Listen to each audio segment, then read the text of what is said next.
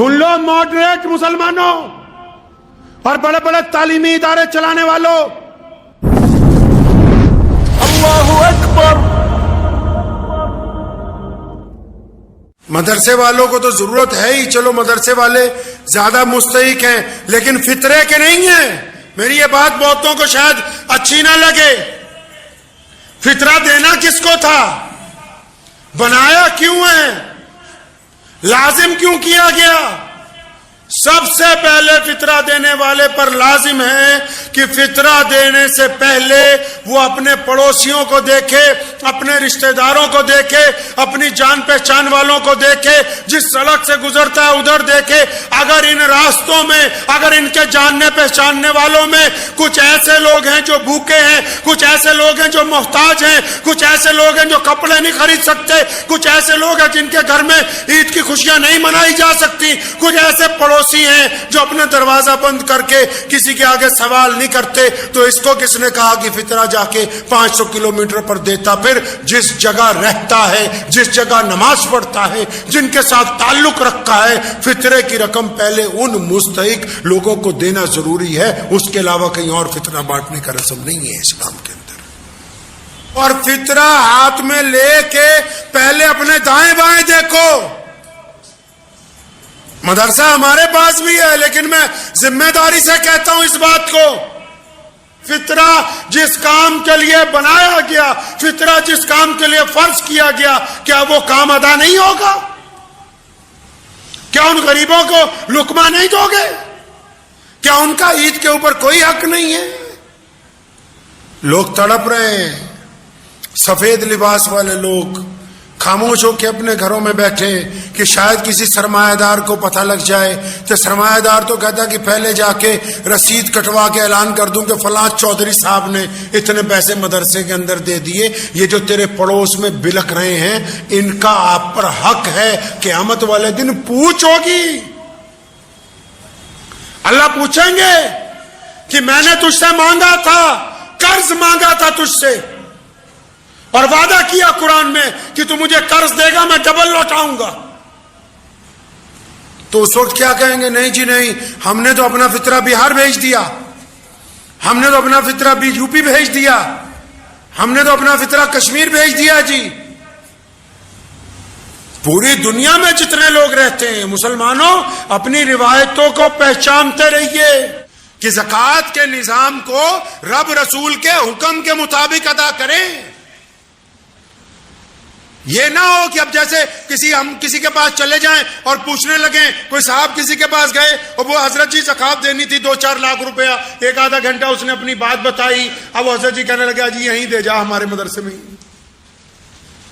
مجھے اچھی طرح یاد ہے، والد محترم شیر اسلام مولانا حبیب الرحمن ثانی لدھیانوی رحمۃ اللہ علیہ کے پاس ہم نے تربیت کے وقت گزارے ہیں۔ ایک صاحب کا فون آیا تو انہوں نے کہا جی اتنے لاکھ روپے زکوٰۃ ہم دینا چاہتے ہیں آپ کے مدرسے میں۔ تو ابا جان رحمۃ اللہ علیہ اس سے پوچھنے لگے کہ بھائی کیا تیرے رشتہ داروں میں یار کوئی غریب ہی نہیں ہے؟ تمہارے پڑوس میں کوئی غریب ہی نہیں بچا؟ تو کہنے والا خاموش ہو گیا، تو کہنے لگا نہیں حضرت ہیں۔ تو فرمایا پہلے ان کی ضرورت کو، اسلام اس کا نام ہے کہ اس کو اس طرح قائم کرو جس طرح محمد الرسول اللہ نے کیا۔ اگر کوئی بندہ رب رسول کی بات کرتا ہوا بھی اپنے مفادات پہ آ جائے تو خدا کی قسم خدا کے نزدیک وہ بے ایمان ہے، ایماندار ہو نہیں سکتا ہے، وہ ایماندار نہیں ہو سکتا۔ اللہ تعالیٰ جیسے چاہتے ہیں کہ میرے بندوں کو میرے رسول کی بات جس طرح بتائی جائے، جو بات اللہ تبارک و تعالیٰ نے اپنے بندوں کو سمجھائی وہی بات زندگی کے معاملات میں ہونی چاہیے۔ آپ رمضان میں زکوٰۃ دے رہے، اچھی بات ہے، زکوٰۃ 365 دنوں کے بعد دی جاتی ہے، 1 سال کے بعد، ٹھیک ہے، آپ نے نظام بنایا رمضان میں ہی دیں گے، لیکن زکوٰۃ دینے سے پہلے کبھی اپنی مسجدوں کے اندر بیٹھو، اپنے محلوں میں سر جوڑ کے ایک دوسرے کے ساتھ بیٹھو کہ پیارے پیغمبر نے زکوٰۃ کا مرکزیت کو قائم کیا، اور پیارے پیغمبر نے زکوٰۃ کے پیسے پہلے قرض داروں پر خرچے ہیں۔ سن لو ماڈریٹ مسلمانوں اور بڑے بڑے تعلیمی ادارے چلانے والوں، یہ جن غریب بچوں کو پڑھانے کی بات کرتے ہو، پہلے ان کے ماں باپ کی غربت ختم کرنے کی بات کرو۔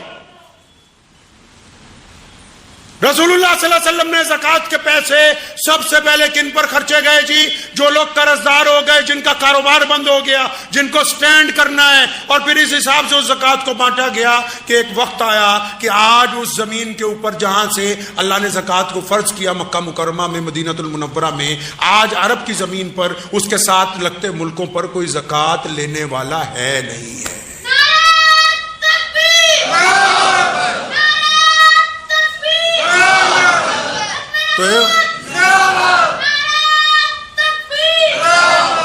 تو اس بات کو اچھی طرح ذہن نشین کر لیجئے کہ ٹھیک ہے کہ پیسے بانٹ رہے ہیں۔ مثال کے طور پہ آپ کے محلے میں 50 لاکھ زکوٰۃ اکٹھی ہوتی ہے، 10 لاکھ روپیہ سفیروں کے لیے رکھ لیجئے کہ جو بھی جہاں سے آئے گا ہم اس کو خالی نہیں جانے دیں گے، اور لیکن 40 لاکھ روپیہ تو انہیں 1-2 غریب لوگوں کو دو جن کا کاروبار نہیں ہے، جن کی دکان بند پڑی ہوئی ہے، جن کے گھر کے اندر بیماریاں ہیں، جن کے پڑھے لکھے بچے موجود ہیں، نوکریاں ان کے پاس نہیں ہیں، ان کے اوپر پیسہ لگاؤ، ان کو کام کر کے دو، مانیٹری کمیٹی بناؤ جو دھیان رکھے کہ یہ پیسے کا صحیح استعمال کر رہے ہیں، تاکہ اگلے سال وہ بھی تمہیں 10,000 زکوٰۃ دینے والے بن جائے۔